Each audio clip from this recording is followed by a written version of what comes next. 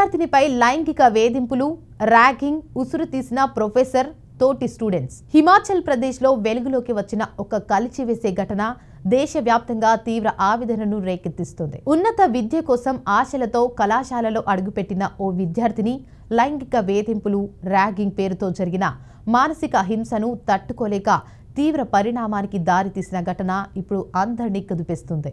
ఈ ఘటన ఒక ప్రొఫెసర్తో పాటు కొంతమంది తోటి విద్యార్థుల పాత్రపై తీవ్రమైన ఆరోపణలు వెల్లువెత్తుతున్నాయి. ప్రాథమిక సమాచారం ప్రకారం బాధిత విద్యార్థిని చదువుతున్న విద్యాసంస్థలో కొంతకాలంగా వేధింపులకు గురవుతున్నట్లు తెలుస్తోంది.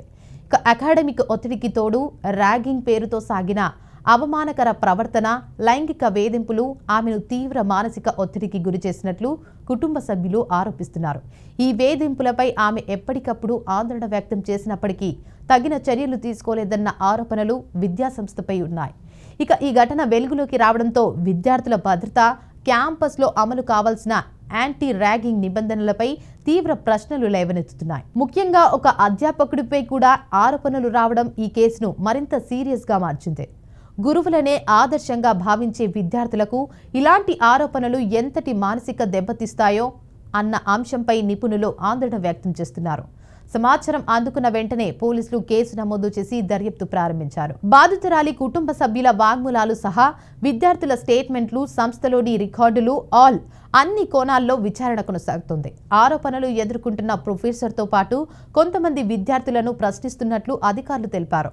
తప్పు చేసిన వారెవరైనా సరే చట్ట ప్రకారం కఠిన చర్యలు తప్పవని పోలీసులు స్పష్టం చేస్తున్నారు. ఇక ఈ ఘటనపై రాజకీయ, సామాజిక వర్గాల నుంచి తీవ్ర స్పందన వస్తోంది. విద్యాసంస్థలు జ్ఞానం అందించే స్థలాలే తప్ప భయానికి, వేధింపులకు కేంద్రాలు కాకూడదని పలువురు వ్యాఖ్యానిస్తున్నారు. ర్యాగింగ్, లైంగిక వేధింపులపై జీరో టాలరెన్స్ విధానం ఖచ్చితంగా అమలు కావాల్సిన అవసరం ఉందని విద్యా నిపుణులు సూచిస్తున్నారు.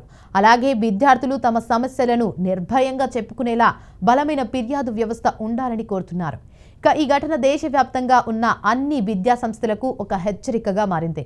కేవలం నిబంధనలు ఉండటం కాదు, అవి కఠినంగా అమలవ్వడమే కీలకమని ఈ విషాదకర ఘటన మరోసారి గుర్తు చేస్తుంది. బాధిత కుటుంబానికి న్యాయం జరగాలన్న డిమాండ్తో పాటు ఇలాంటి ఘటనలు మళ్లీ జరగకుండా చర్యలు తీసుకోవాలన్న పిలుపు వినిపిస్తోంది.